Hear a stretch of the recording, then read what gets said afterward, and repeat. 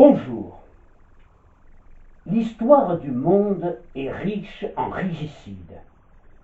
Mais l'assassin d'un roi tue d'abord un homme et sans en prendre conscience, ne fait en réalité que renforcer le mythe de la royauté, alors qu'un procès public, devant une assemblée nationale devenue tribunal du peuple, a pour but essentiel de mettre un terme à la monarchie de droit divin. La mort d'un roi, chacun la juge selon son camp, des royalistes aux révolutionnaires, en passant par toutes les nuances d'opinion, de la droite à la gauche extrême. Cela est vrai tout particulièrement sous la Révolution française, avec la décapitation du roi Louis XVI, devenu Louis Capet, dont la tête, en roulant dans le panier, ce 21 janvier 1793, n'a pas fini de nous interpeller. Plus de 2 siècles plus tard, son procès n'est toujours pas terminé, et malgré la réhabilitation par l'opinion publique de celui qui fut plus la victime des événements que l'acteur, et dont on s'accorde à reconnaître aujourd'hui que c'était un homme bon et généreux, loin de l'image de tyran que s'efforcèrent de dresser de lui les révolutionnaires les plus extrémistes, les pouvoirs publics hésitent encore de nos jours à autoriser les commémorations. Je voudrais vous lire aujourd'hui, à l'approche de ce 21 janvier, 2 plaidoyers pour Louis XVI, que je trouve très intéressants, émanant de 2 hommes que l'on ne peut suspecter de complaisance avec le régime monarchiste. Le romancier et philosophe Albert Camus, auteur de romans emblématiques comme Le mythe de Sisyphe, L'étranger ou La peste, et qui fut proche des courants libertaires, et le grand leader socialiste Jean Jaurès, auteur en 1901 d'une histoire socialiste de la Révolution française. Nous commencerons avec Albert Camus. Plaidoyer pour Louis XVI de Albert Camus. Le 21 janvier, avec le meurtre du roi prêtre, s'achève ce qu'on a appelé, significativement, la passion de Louis XVI. Certes, c'est un répugnant scandale d'avoir présenté comme un grand moment de notre histoire l'assassinat public d'un homme faible et bon. Cet échafaud ne marque pas un sommet, mais sans faux. Il reste au moins que, par ses attendus et ses conséquences, le jugement du roi est à la charnière de notre histoire contemporaine. Il symbolise la désacralisation du Dieu chrétien. Dieu, jusqu'ici, se mêlait à l'histoire par les rois, mais on tue son représentant historique. Il n'y a plus qu'une apparence de Dieu reléguée dans le ciel des principes. Les révolutionnaires peuvent se réclamer de l'Évangile. En fait, ils portent au christianisme un coup terrible, dont il ne s'est pas encore relevé. Il semble vraiment que l'exécution du roi, suivie, on le sait, de scènes convulsives, de suicide ou de folie, s'est déroulée tout entière dans la conscience de ceux qui s'accomplissaient. Louis XVI semble avoir parfois douté de son droit divin, quoiqu'il ait refusé systématiquement tous les projets de loi qui portaient atteinte à sa foi. Mais à partir du moment où il soupçonne ou connaît son sort, il semble s'identifier, son langage le montre, à sa mission divine, pour qu'il soit bien dit que l'attentat contre sa personne vise le roi Christ, l'incarnation divine et non la chair effrayée de l'homme. Son livre de chevet au temple est l'imitation de Jésus-Christ. La douceur, la perfection de cet homme, de sensibilité pourtant moyenne, apporte à ces derniers moments ses remarques indifférentes sur tout ce qui est du monde extérieur. Et, pour finir, sa brève défaillance sur l'échafaud solitaire, devant ce terrible tambour qui couvrait sa voix, si loin de ce peuple dont il espérait se faire entendre, tout cela laisse imaginer que ce n'est pas Capet qui meurt, mais Louis de droit divin, et avec lui, d'une certaine manière, la chrétienté temporelle. Pour mieux affirmer encore ce lien sacré, son confesseur le soutient dans sa défaillance en lui rappelant sa ressemblance avec le Dieu de douleur. Et Louis XVI alors se reprend, en reprenant le langage de ce Dieu. Je boirai, dit-il, le calice jusqu'à la lie. Puis il se laisse aller, frémissant, aux mains ignobles du bourreau. Extrait de L'homme révolté d'Albert Camus. Voici à présent Jean Jaurès, qui réécrit avec sa plume talentueuse la plaidoyer du roi assassiné, et dont les propos, comme souvent sur la terreur, me semblent prophétiques. Plaidoyer pour Louis XVI de Jean Jaurès. C'est Louis XVI qui parle par la voix de Jean Jaurès, et ce que l'on entend, c'est en fait ce que Jaurès aurait aimé que le roi dise pour sa défense. Vous voulez me juger, et sans doute vous me frapperez demain. Je ne crains pas la mort, et je ne viens pas vous disputer ma tête. L'histoire m'a appris que la mort des rois apparaît au peuple comme la solution des crises terribles. Je ne contesterai donc pas le droit de me juger. Vous êtes la force, comme j'étais la force. Vous êtes les maîtres aujourd'hui, comme j'étais le maître hier. Et si le peuple que vous représentez avait le droit d'envahir les Tuileries au 20 juin et au 10 août, s'il avait le droit de suspendre mes fonctions de roi, d'abolir la royauté, de proclamer la République et de m'enfermer au temple, il a aussi le droit de m'arracher la vie et de donner à l'exécution capitale qu'il prépare une apparence de jugement. Mais pourquoi suis-je ici?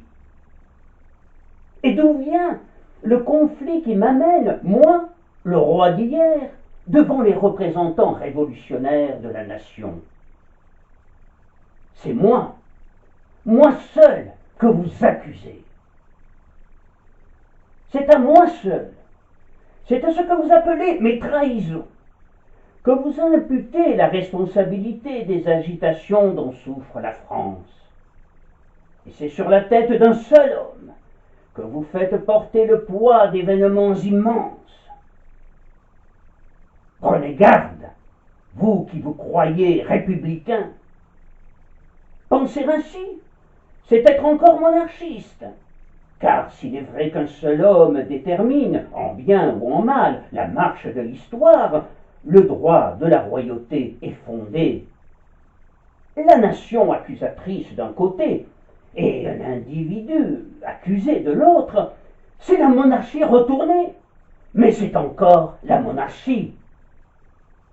Et moi, qui devrais avoir de la puissance des rois une plus haute idée que celle que vous en avez vous-même, je vous dis qu'en résumant sur la tête d'un homme la responsabilité d'une crise aussi vaste et d'un conflit aussi profond, vous cédez, plus qu'il n'est raisonnable, au prestige séculaire de la royauté. Le passage de la monarchie absolue que je représentais à la démocratie extrême que vous voulez fonder ne va pas sans difficulté et sans péril. Et ce n'est pas ma faute si depuis des siècles il n'y avait pas en France des institutions de liberté et si tout le pouvoir était concentré aux mains des rois. Ce n'est même pas la faute de mes ancêtres. Croyez-vous que c'est la volonté seule des rois qui, en France et en Angleterre, a pétri différemment les institutions. Peut-être, en France, fallait-il cette centralisation du pouvoir royal pour abattre des grands feudataires, ces despotes féodaux qui foulaient le peuple et morcelaient la nation. Vous croyez avoir abattu la féodalité? Mais il n'en restait plus que l'ombre. Ce sont les rois qui lui avaient enlevé d'abord sa force et sa substance. Et si cet effort royal ne vous a pas légué une France libre et habituée à la liberté, il vous a légué du moins une France unifiée, et où la souveraineté de la nation peut se déployer plus largement qu'en aucun pays du monde. Peut-être le mouvement populaire qui me menace, qui va m'emporter, aurait-il été ajourné d'un demi-siècle si, moi-même, je n'en avais pas donné le signal par la convocation des États généraux et par le doublement du tiers? Que votre orgueil ne s'irrite pas si je vous dis que c'est moi qui ai mis dans vos mains l'instrument de la Révolution qui va me frapper. Je n'ai point fait par une sorte de complaisance généreuse. Il n'y a guère d'exemple dans la vie déjà longue des sociétés humaines d'un pouvoir qui sacrifie spontanément une part de ses prérogatives. J'avais besoin de la nation pour établir les finances, pour obtenir des ordres privilégiés des contributions devenues nécessaires à l'État et que son égoïsme imprévoyant m'avait refusé.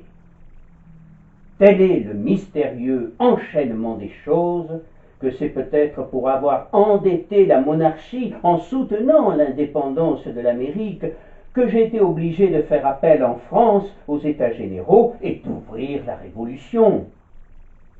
Mais j'avais bien le droit de penser que des précautions étaient d'autant plus nécessaires que le peuple de France n'avait pas été accoutumé à se gouverner lui-même.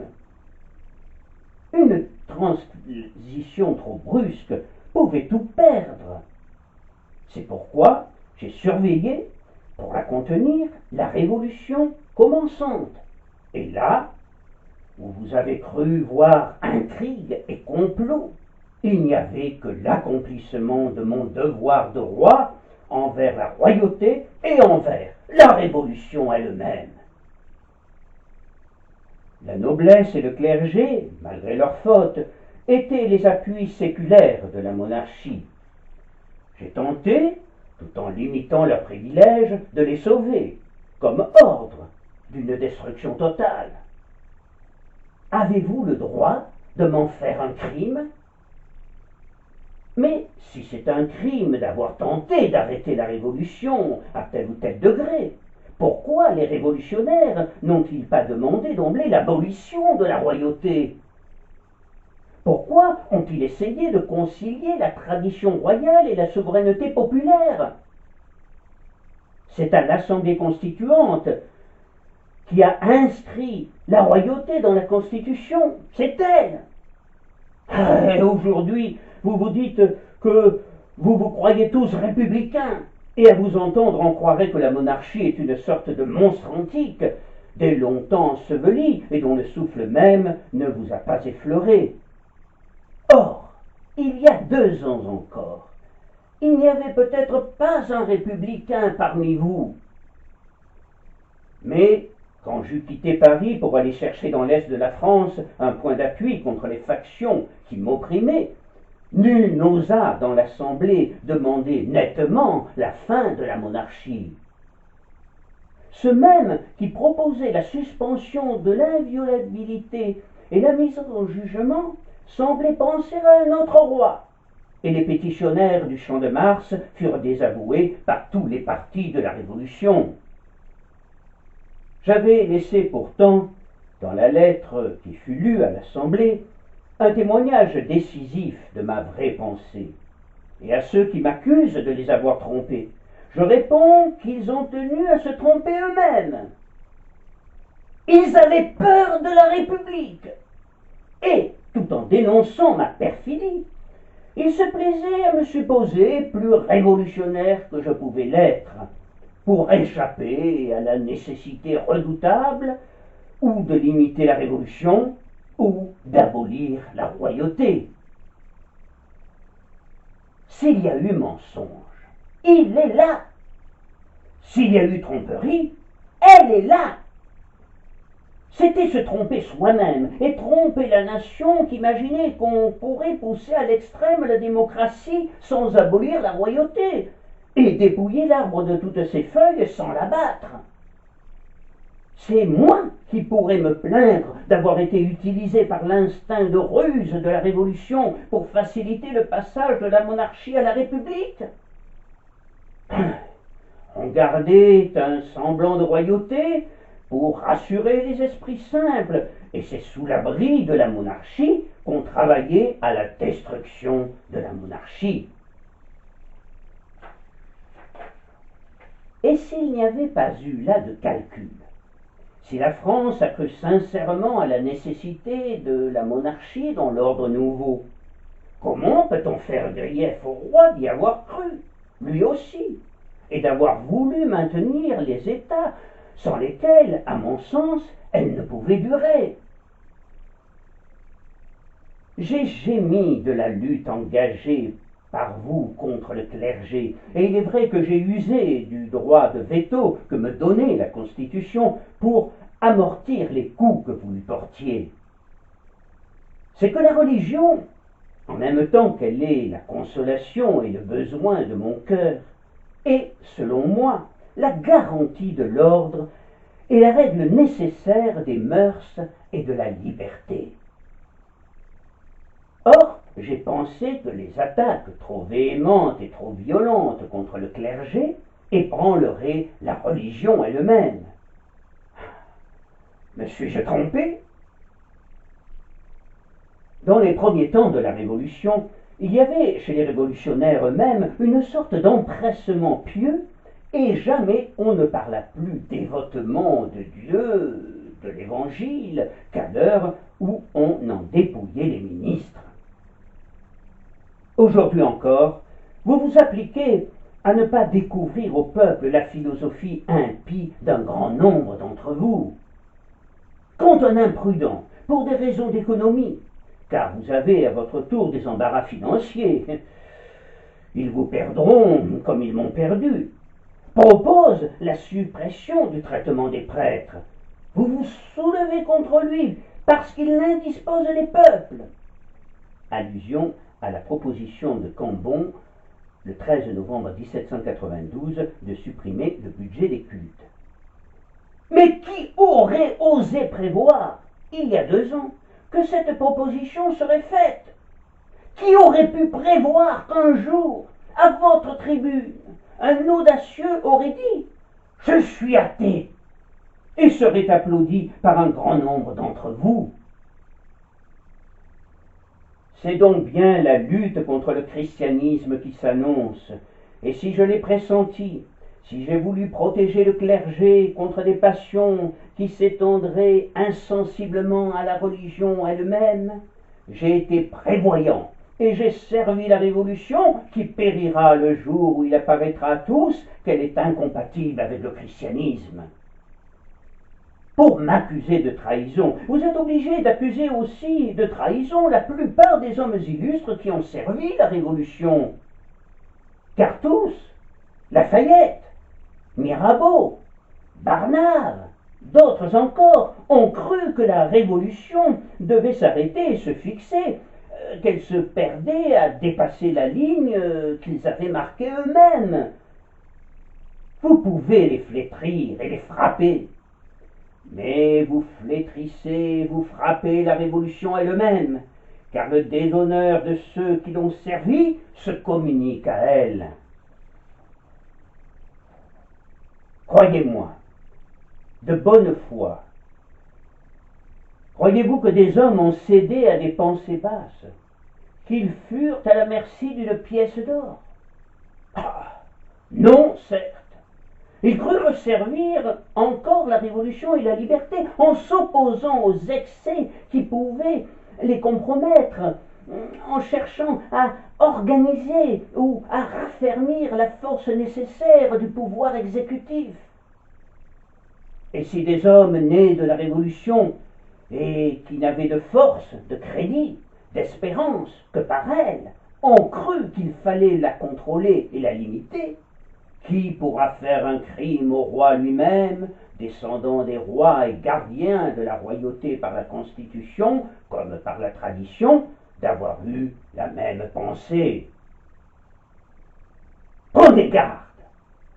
En condamnant le roi sous prétexte de trahison envers la Révolution, vous allez vous menacer de mort les uns et les autres, car vous êtes voués désormais à dénoncer et à frapper comme des traîtres tous ceux qui n'entendront pas comme vous les intérêts de la Révolution et qui n'en porteront pas les limites au point arbitraire et vacillant marqué par les passions du jour.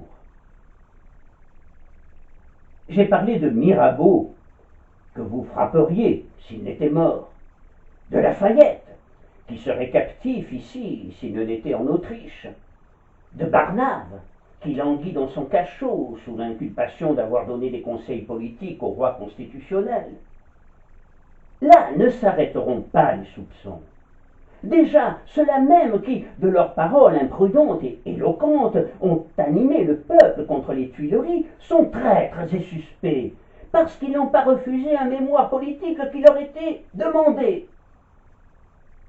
Et déjà, le général, qui dans les plaines de Champagne a arrêté la marche des armées prussiennes et autrichiennes, est accusé par les plus véhéments et les plus populaires de vos journaux d'avoir ménagé dans sa retraite l'armée prussienne et d'avoir combattu, comme on prétend de l'Essart négocié, dans l'intérêt de l'ennemi. Il est étrange en vérité qu'on me reproche comme un crime d'avoir songé aux conséquences que pouvait avoir une guerre illimitée et d'avoir voulu les prévenir. Vous m'accusez de n'avoir pas brusqué la rupture avec l'Autriche et n'avoir pas répondu partout par la guerre à la plus légère offense des cours étrangères. Êtes-vous sûr que la Révolution peut affronter sans péril la guerre avec le monde? Êtes-vous sûr que la France nouvelle ne laissera dans cette affaire colossale entreprise ni ses finances, ni sa liberté? Êtes-vous sûr que les incertitudes de la lutte n'exaspéreront point la rivalité des factions au point de déchirer et d'épuiser la Révolution?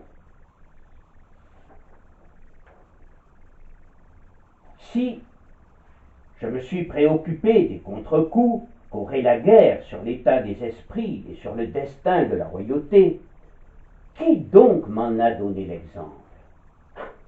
C'est vous! Ceux qui, au printemps de cette année, vous ont entraîné à la guerre, ont dit partout qu'elle était nécessaire pour mettre la royauté à l'épreuve, pour changer la Constitution. Ils n'ont fait de la guerre un moyen politique contre le roi. De quel droit me reproche-t-il de m'être préoccupé, en effet, des conséquences politiques qu'elle pouvait produire, et d'avoir, par mes paroles, par mon attitude, cherché à atténuer le plus possible le conflit, d'où on attendait un bouleversement intérieur et le renversement de la Constitution? De quel droit me reprocher d'avoir ménagé jusqu'au bout des chances de paix, quand vous donnez ouvertement à la guerre un aspect factieux? Mais prenez garde! Vous avez provoqué l'univers pour abattre la royauté. En cessant de ménager la royauté, vous avez cessé de ménager le monde. Je vous laisse devant la postérité la responsabilité des désastres qui peuvent suivre. Si je vous dis ces choses, ce n'est pas pour défendre ma tête. Vous êtes trop divisés pour être juste. Déjà, vous épiez vos moindres gestes. Vous commentez vos moindres paroles afin d'y découvrir l'indice d'une complaisance pour celui que vous appelez le tyran. Il ne suffira pas d'avoir voulu la mort. Il faudra l'avoir voulu au degré et en la forme marquée par la faction dominante. Vous êtes trop occupés à vous surveiller, à vous dénoncer les uns les autres, pour avoir la force de vous élever à des hautes vues et pour faire le partage des responsabilités. Après m'avoir déchiré, vous vous déchirerez à propos de moi. Jusqu'ici, c'est la ténacité du peuple qui seul avait versé le sang. Maintenant, c'est la révolution organisée qui fait œuvre de mort. Vous portez tout de suite la mort à ce sommet qui s'appelait hier la royauté. Elle y descendra aisément. L'échafaud que vous dressez pour moi s'élargira jusqu'à occuper tout le forum. Si vous étiez plus unis, si vous n'aviez pas peur les uns des autres, vous auriez pu, tout en maintenant et affermissant votre république, mettre la personne du roi hors de cause et préserver l'avenir. J'ai beaucoup lu et médité l'histoire de Charles Ier. J'étais depuis longtemps averti par un pressentiment, par l'inquiétude générale des esprits et des choses, que, moi aussi, j'étais réservé à l'épreuve suprême. J'y suis préparé. Mais ne vous flattez pas que les événements de France se résoudront comme les événements d'Angleterre. L'Angleterre est une île. Ses agitations sont limitées et Cromwell a pu les fixer. Vous êtes ouverts à toutes les forces de l'univers et cette lutte formidable suscitera ici des passions et des événements tragiques. Vous n'êtes pas sûr que la France épuisée ne soit pas tentée un jour de redemander un abri à la royauté. J'aurais voulu, si ce retour des choses doit se produire, que la monarchie ne fût pas rétablie en France par la pitié. La pitié est aveugle et violente, et les rois qui seront ramenés par elle n'auront pas le sens des temps nouveaux. En faisant tomber ma tête, vous mettez en mouvement la force dangereuse de la pitié. Il valait mieux réserver l'avenir à l'expérience et à la raison.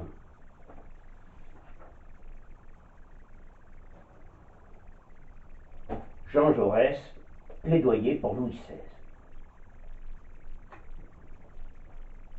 Le procès de Louis XVI et son exécution marquent un véritable tournant de la Révolution et consacrent le triomphe d'une conception matérialiste et rationaliste du monde sur l'ordre traditionnel irrigué par le spirituel.